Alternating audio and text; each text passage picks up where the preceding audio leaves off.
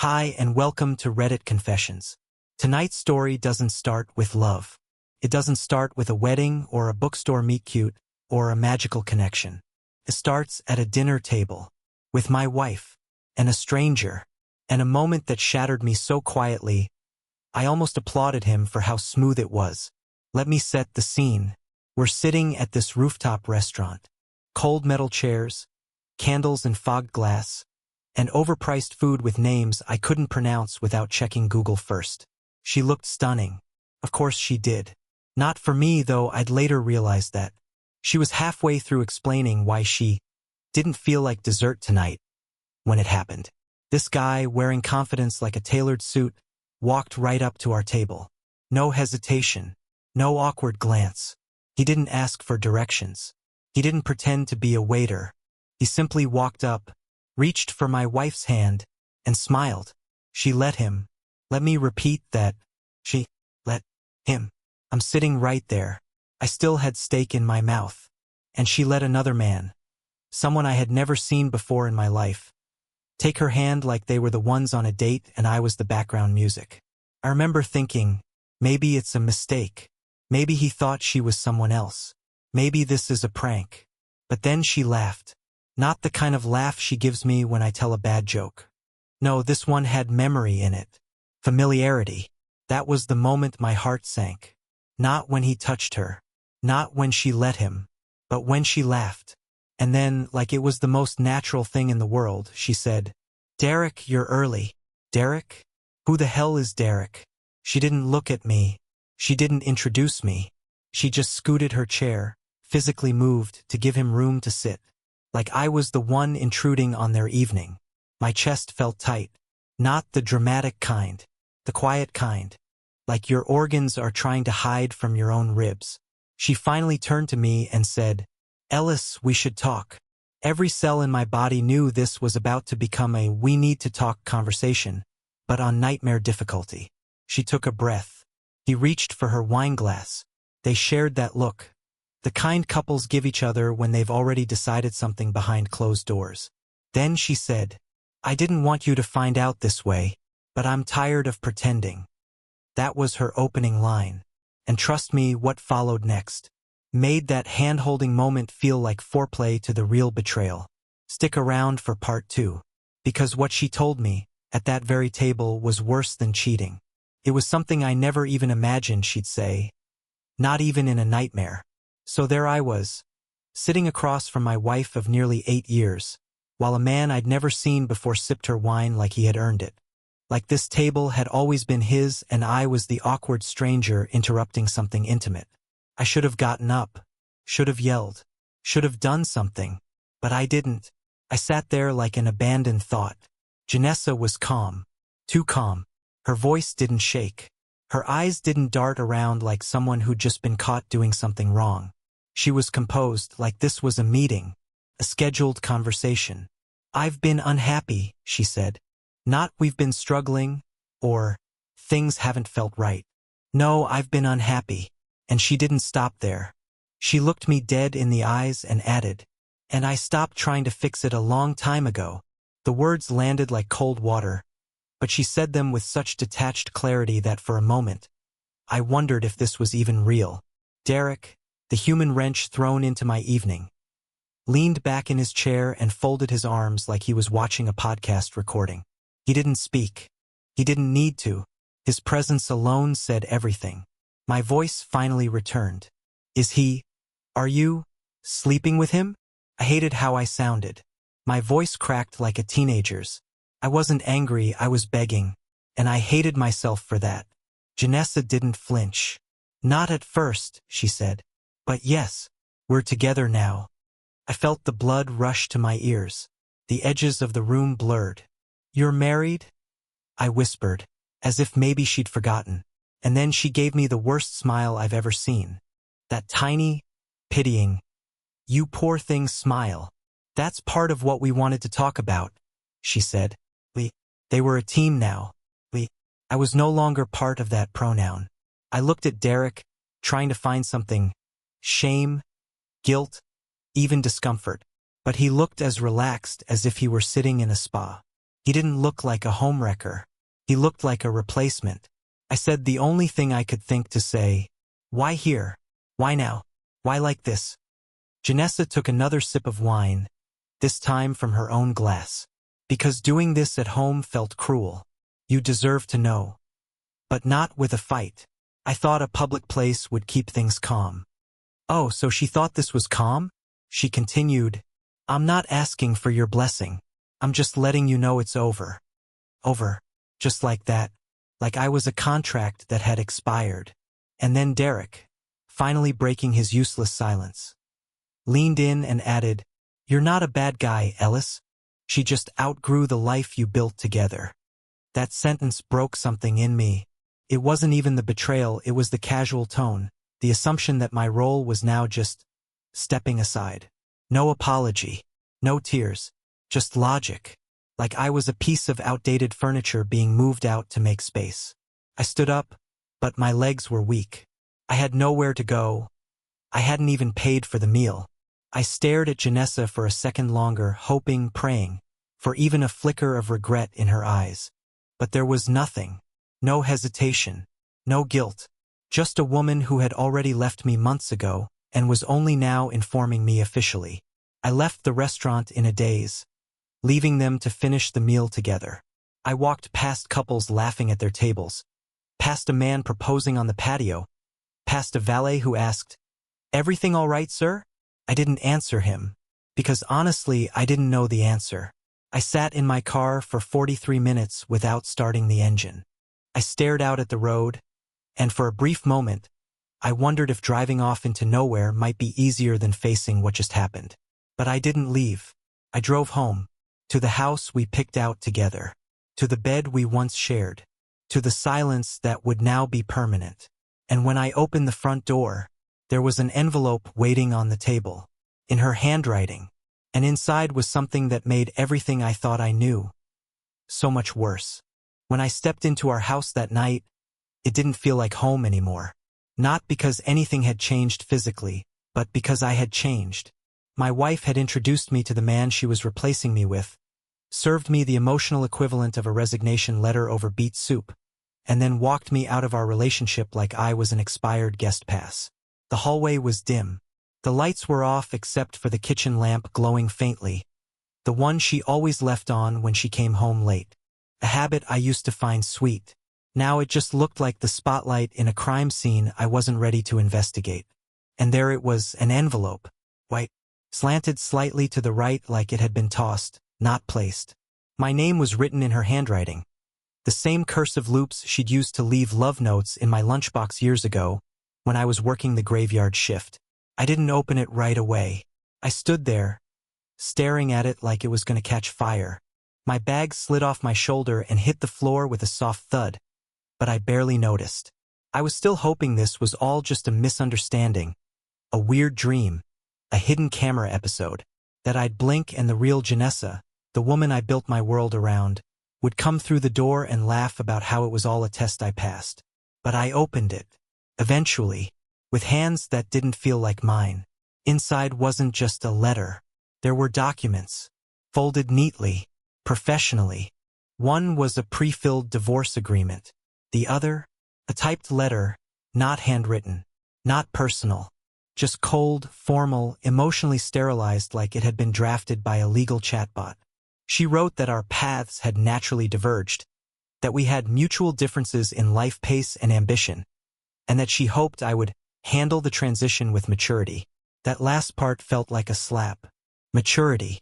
As if she had taken the high road by announcing our marriage was dead with her new man sitting across from me like a smug prize.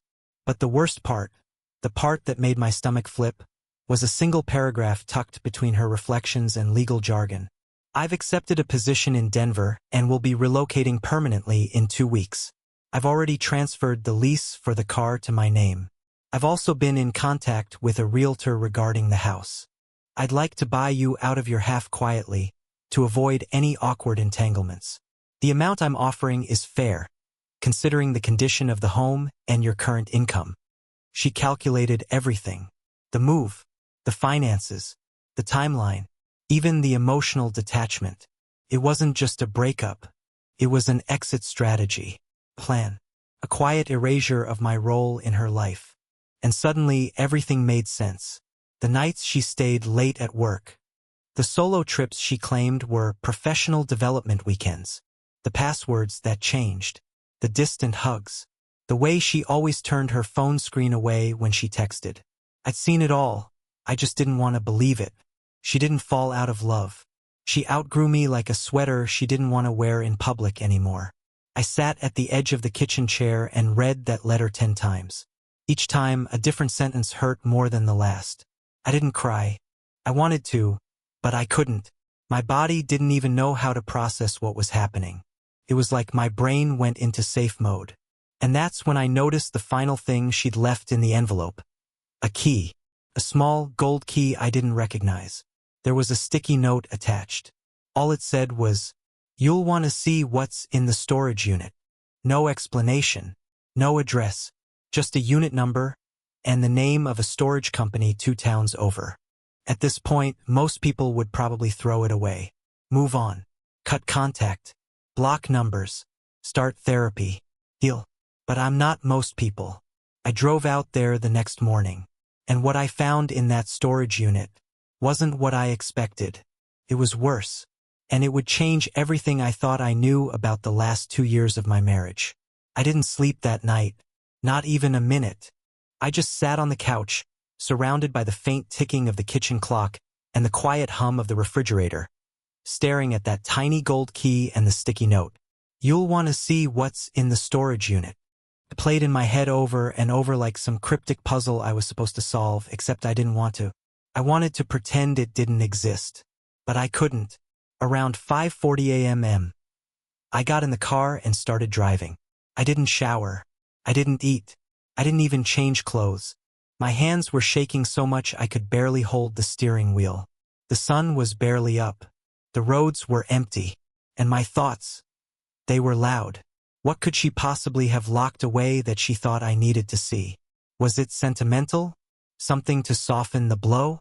Or was it one last twist of the knife? The storage facility was off a back road near a strip mall I'd never noticed before. A faded green sign welcomed me with the words, "Red Oak Secure Units. Always a space for you." I remember thinking how fake that slogan sounded. Like everything else in my life lately. The clerk barely looked up from his tablet when I told him the unit number. I signed the guest access sheet and followed the map toward a rusted row of roll-up doors. Number 211. It was at the far end, near the fence. I stood in front of it for a long time, key in hand, heart pounding like I'd swallowed a speaker. I didn't know what I expected. A box of old letters? A suitcase of her things? Maybe something symbolic. Like the sweater I bought her our first Christmas together, tossed aside like a joke.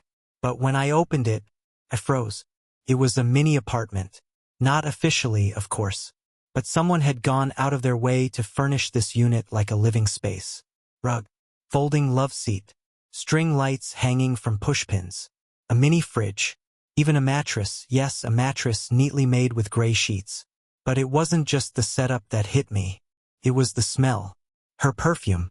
The exact same one that used to cling to our pillows at home. There was a duffel bag in the corner with her initials on the tag. I knelt beside it and slowly unzipped it, dreading every second. Inside were toiletries, lingerie, 2 books, a wine opener, and a phone charger. This wasn't some one-off hangout spot. This was used. Often. Recently. I stood up, dizzy, and saw something worse. A photo, taped to the inside of the metal door, just high enough to avoid immediate attention. It was her and Derek. They were at some lake, standing on a dock holding hands. She was in a swimsuit. He was shirtless. They looked like a couple on a honeymoon. Not 2 people supposedly, just getting started. And it wasn't just a photo. On the back, scribbled in her handwriting, it said, "Our place. No more hiding soon." I dropped the photo. My hands were sweating. My knees were weak. The whole unit felt like it was closing in on me. She'd been planning this for longer than I realized. She wasn't just ending our marriage. She'd built a parallel life, brick by brick, lie by lie, while I was home folding her laundry and reheating leftovers. And suddenly, one awful memory rushed in last Christmas. She'd gone home to her sister's for a few days. Said her sister was going through a rough patch and needed emotional support. I didn't question it. I even packed snacks for her trip. I realize now, she didn't go to her sister's. She came here. She spent Christmas with him. In this place. On that mattress. The betrayal wasn't just physical. It was emotional. Deep. Strategic. I looked around one last time before walking out, still trying to process the sheer weight of it all. The lies. The planning. The double life. But just before I reached the door, something caught my eye on the side table. A small black notebook. I picked it up. It looked like a journal. It was half full. I opened to a random page. And what I read in that entry made my chest tighten so hard I had to sit down. Because she wasn't just documenting their time together. She was documenting me. My routines. My habits. My moods. And worst of all, her strategy to leave me without causing a scene. There were bullet points. Start shifting finances by April. Separate friend groups subtly by summer. Increase work travel to create distance. Storage unit equals safe escape zone. Final talk? Public restaurant. Keep him calm.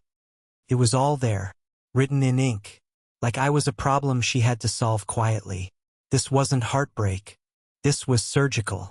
I put the journal down, walked out of the unit, and drove back in silence. No music, no podcasts, no calls. I wasn't ready to cry yet, but I could feel the breakdown creeping up behind me like a slow-moving wave. And just when I thought it couldn't get worse, I got a text from her. 5 words. Don't be at the house. When I saw her message, I reread it 5 times in a row, like maybe the meaning would change if I blinked hard enough. Don't be at the house. That was it. No context. No explanation. No please or I need space. Just a command, like I was a piece of furniture she had ordered to be removed before a showing. And something in me snapped. Not the explosive kind of snap. Not the throw-a-chair kind. I'm not built for that. But the quiet kind. The kind that settles deep in your bones, where you suddenly realize you've been playing dead for too long. That no one's coming to rescue you, and that no one even noticed you were drowning. So I stayed. Not out of spite. Not because I thought she'd change her mind. I stayed because I needed to see what she was trying to hide. If she was planning something behind my back yet again, I was finally going to be awake for it. I parked my car a few blocks away and walked home through the alley, avoiding the front door camera she probably forgot I still had access to. I slipped into the house through the side gate, stepped into the garage, and waited in the dark with the lights off and the door cracked just enough to hear everything. It wasn't long. At exactly 6:14 p.m. a car pulled into the driveway. It wasn't hers. It was his. Derek. Of course it was. I heard the engine cut. Car door opened. Footsteps. 2 voices outside the door, hers and his, laughing. I swear that laugh used to be mine. I heard keys. A jingle. Then the front door opened. I moved quietly through the garage and positioned myself near the kitchen entrance, just out of sight. It was like watching a play where you already knew the ending, but still couldn't stop yourself from waiting for the scene to collapse. They walked in like they owned the place. Derek threw his keys on the counter. She took off her coat and hung it on my hook by the door. They moved through the space like it was theirs, like I'd already been deleted from the equation. And then he said it. So, you sure he's out? Janessa giggled. Ellis? Please. I told him not to be here. That man folds like a cheap lawn chair. She said it with that smirk I once thought was sexy. Now it looked like a crack in something broken. And they kept going, opening the fridge, grabbing wine, making themselves comfortable in the living room like it was some romantic Airbnb. I should have burst in right then. I should have made a scene. But something in me said, wait, because then Derek started asking questions. Did you talk to the realtor today? Yeah, he's going to send papers next week. Good. I want to be out of that apartment before October. October? They were planning to move in here, together. And then she dropped the final blow. I'm going to offer Ellis a settlement for the house. just enough to make him disappear quietly. Disappearance. That's what she wanted. Not closure. Not peace. Erasure. I stood there, barely breathing, every nerve in my body begging me to walk into that room and scream. But instead, I pulled out my phone and hit record. I captured it all. Their conversation, her words, his laugh, her plan. Not out of revenge, but because suddenly I realized I was never the crazy one. I wasn't imagining the distance, or the lies, or the weird silences at dinner. I had been systematically replaced, and now they were dividing my life like assets on a spreadsheet. And then, just as I was about to retreat quietly, something happened. Derek said, "So, when are you going to tell him about that?" She went quiet. He looked at her. She looked at him. "I don't think I will," she finally said. "He doesn't need to know." "Janessa," he said, voice low now. "You promised." "I'll handle it," she snapped. And for the first time he looked afraid. Whatever that was, it wasn't about me. I backed away from the door, carefully, silently, slipped through the garage and out into the night. My heart wasn't just broken anymore. It was curious. What were they hiding? What had she promised to tell me? I had no answers yet, but I had the recording, and I had the next morning. Because Janessa didn't know I was still in town. She didn't know I had the passcode to her laptop, and I was about to log in. What I found in her inbox the next morning made everything I'd heard in that kitchen seem small. The next morning was gray and silent, the kind of day that feels like the sky itself is holding its breath. I hadn't slept again, but I didn't care. Something had shifted inside me. A kind of numb, focused energy had replaced the hollow sadness. I wasn't crying anymore. I wasn't begging for answers. I wanted the truth, and I knew exactly where to find it. Janessa had always been lazy with passwords. She used the same one for years, her first dog's name and the year she graduated. It was burned into my memory from the countless times she'd asked me to help her log back into her email whenever she changed phones. Her laptop was still in the office. I had left it there on purpose, just in case. As far as she knew, I was long gone. She thought I'd followed her instruction and wasn't at the house. I imagine she pictured me staying in a hotel or driving aimlessly in a daze while she and Derek toasted to their new life in my living room. She had no idea I was already 5 steps ahead. I powered on the laptop, watched the familiar Apple logo flicker to life, entered the password. It opened. No two-factor authentication, no extra protection, just open access to her entire second life. I didn't even know where to start. I stared at the screen, unsure of whether I was hoping to find something that would finally make me hate her, or praying that none of this was as bad as it felt. But then I opened her inbox. The subject lines told a story all on their own. Strategy for separation. Timeline notes. Next steps. Relocation and final asset split. Request for private investigator confirmation. Final copy attached. Updates on Ellis's medical records. Confirm received. That last one made my throat go dry. I clicked it, and there it was. An email chain between Janessa and someone named Dr. Landon Green, from a private neuropsychiatric clinic I'd never heard of. They weren't talking about her. They were talking about me. Apparently, back when I was going through a rough patch, right after my mother died and I'd been having trouble sleeping, focusing, and managing stress, Janessa had encouraged me to get evaluated, saying it was just to help me feel better. She said she knew someone who worked at a clinic that could help me manage things holistically. I trusted her. I always trusted her. What I didn't know was that she had signed me up under a cognitive monitoring program, and over the past year, she had been in direct communication with the doctor. Not as my partner, not as my emergency contact, but as my proxy. In her emails, she described me as deteriorating, emotionally unstable, and increasingly erratic. She even cited specific examples, most of them wildly exaggerated or flat-out fabricated. Like the time I accidentally left the fridge open overnight. She turned that into a full paragraph about my declining executive function. In one email, she wrote, "He's still not aware I've been documenting his behavior.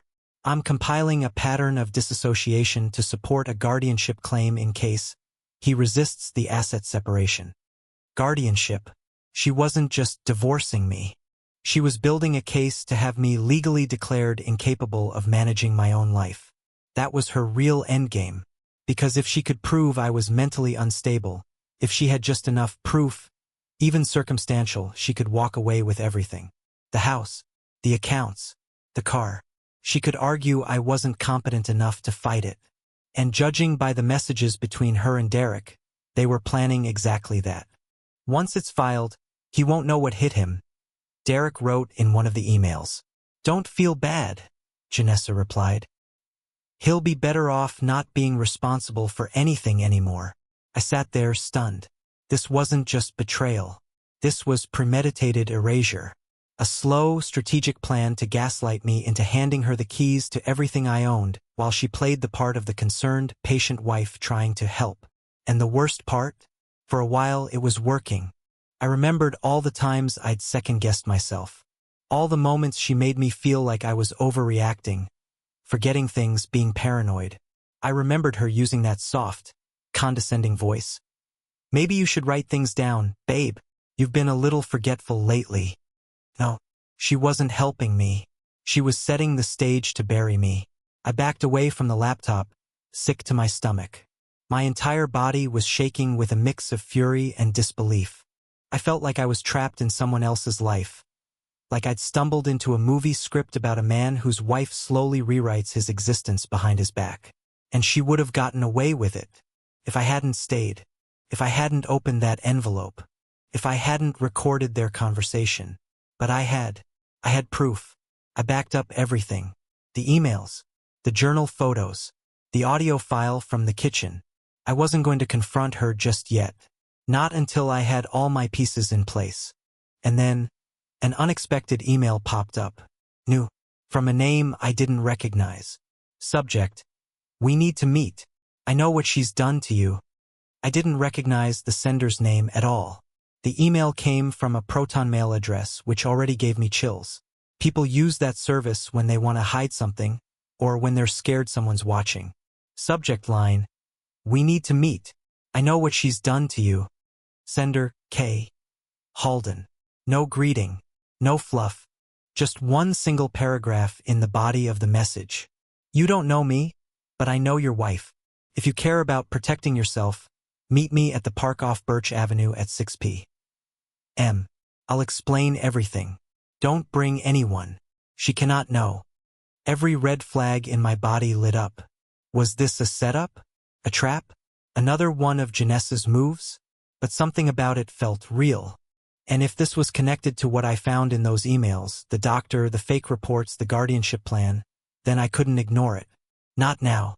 Not when I was finally piecing things together after feeling lost for so long. I replied with just 2 words. I'll be there. The next few hours crawled by.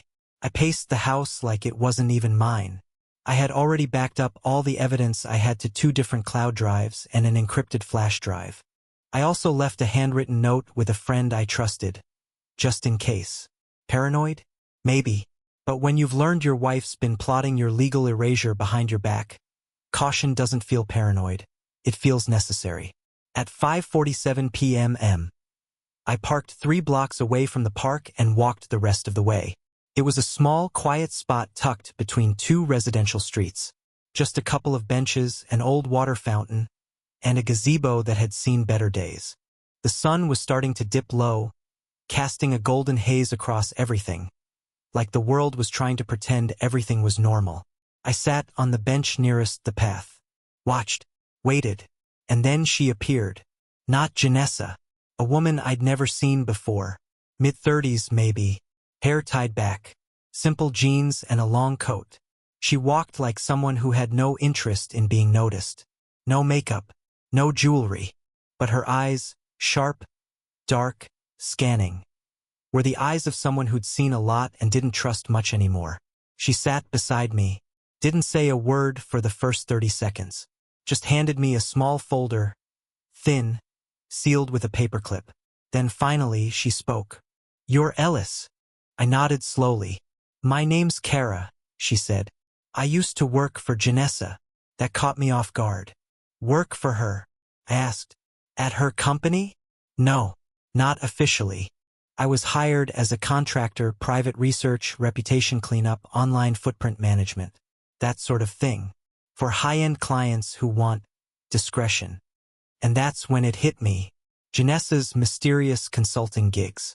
The ones that kept her traveling. The clients she never named. The vague invoices she filed from her second laptop. She wasn't just doing business. She was orchestrating cover-ups. Kara looked around to make sure no one was nearby, then continued. She hired me last year to help her clean up some online threads. An old friend of hers had started posting weird stuff on social media, talking about something Janessa did in college, threats, blackmail. I didn't ask questions. I just did my job. Wiped the accounts, drowned them in SEO trash, made it disappear. I swallowed hard. And then, she paid me to look into you. That stopped my breath. She said you were unstable, Kara continued. Said she was scared you'd harm yourself or her. She wanted everything about your online life cataloged. Your search history, forum posts, private messages, financial behavior. She wanted a profile that made you look volatile. I could barely speak. Why are you telling me this now? Because I quit 3 weeks ago, when she asked me to do something I couldn't be part of. She looked me in the eye. She wanted me to leak false statements about you anonymously, on Reddit, Facebook, your old high school groups. She wanted people to start seeing you as dangerous, paranoid, emotionally broken. My mouth went dry. She gave me pre-written posts, screenshots she faked. Even photos she edited, your face red-eyed, like you were drunk or manic. She wanted it to look like a pattern, like everyone saw it coming. I felt sick. But here's the part you really need to know, Kara said quietly. She wasn't doing it just for Derek. Derek's not the endgame. I looked at her, confused. What do you mean? Kara leaned in closer. Derek has no idea. He thinks she's just leaving you for him. He doesn't know she's been siphoning money from both of you into an offshore account. What? She's planning to vanish. I stared at her, unable to comprehend. She's been planning this for over 2 years. Not just to leave you, but to disappear entirely. New identity. New location. No contact. Derek's just a tool. So were you. She opened the folder. Inside were screenshots, wire transfer records, a copy of a fake passport application with her photo and a different name. She's almost ready, Kara said. One more clean withdrawal. One more signature from you. Probably under some harmless-looking document she'll slide under your nose. I sat there, frozen, the weight of it all crashing down on me at once. So, why help me? I asked. Kara sighed. Because I've seen what happens when people like her win. And because you deserve to fight back before you're erased. She stood up. Whatever you do next, Ellis, be smart. Be fast. And don't let her know what you know. Not yet. And then she left. Just like that. And I was alone again on a park bench with a folder in my hands and a decision to make. Because now I knew everything. And tomorrow morning, Janessa had an appointment at the bank. She needed me to sign something. She said it was just for closing the joint account. But now I knew. It was something much worse. I barely slept that night. But for the first time in weeks, the insomnia wasn't fueled by confusion or heartbreak. It was strategy, clarity, purpose. Everything I needed to know had been handed to me. All her plans, all her deception. Every fake smile and carefully placed lie. I finally saw it for what it was. A blueprint of betrayal drawn up in my own house. And I wasn't going to let her get away with it. At 9 a.m. sharp, I walked into the bank lobby. Janessa was already there, waiting in a gray pantsuit like nothing had happened. Her hair curled perfectly, nails fresh. She smiled when she saw me. Smiled. As if last week hadn't happened. As if she hadn't handed me a legal death sentence with a man she planned to abandon the moment he stopped being useful. Thanks for coming, she said sweetly. This'll just take a few minutes. She handed me a document. Joint account closure. At first glance, it looked fine, until I spotted the second page. Buried in the fine print was a clause allowing her to transfer the entire balance into a temporary holding account under her name only, pending restructuring of shared assets. In plain English, she'd drain the account, and I'd never see a penny again. She waited, pen in hand, eyes already rehearsing her thank you smile. But I didn't sign. Instead, I calmly reached into my coat pocket and pulled out the flash drive. Slid it across the table. "What's this?" she asked, brows knitting in faux curiosity. I looked her straight in the eye. "Everything." She hesitated, smirked. Then she opened her laptop. She clicked through the audio file first, the one from the kitchen, where she and Derek planned everything like it was a business pitch. I watched her face shift from playful to neutral to pale. Then I watched her open the folder labeled legal manipulation. The fake documents, the emails to the doctor, the offshore transfer logs, the altered screenshots she'd planned to use to ruin my credibility. "Where did you?" she whispered. I leaned in. "I didn't leave the house, Janessa. I was there. I saw everything. I know everything." She stared at me, speechless. Not angry, not sad, just caught. "I haven't sent this to anyone yet," I said. "But it's ready. Multiple copies. With people who don't answer to you." She tried to talk, but I raised a hand. "I don't need an explanation. I don't want closure. I just want what I'm owed. Half the account. My name off the house. No contact. No mistaken charges. No accidental leaks. I walk. You vanish. We never speak again." For the first time, she looked small, like someone who'd built her entire world on secret foundations and finally felt the earthquake hit. And I meant it. I didn't want revenge. I didn't want to play her game.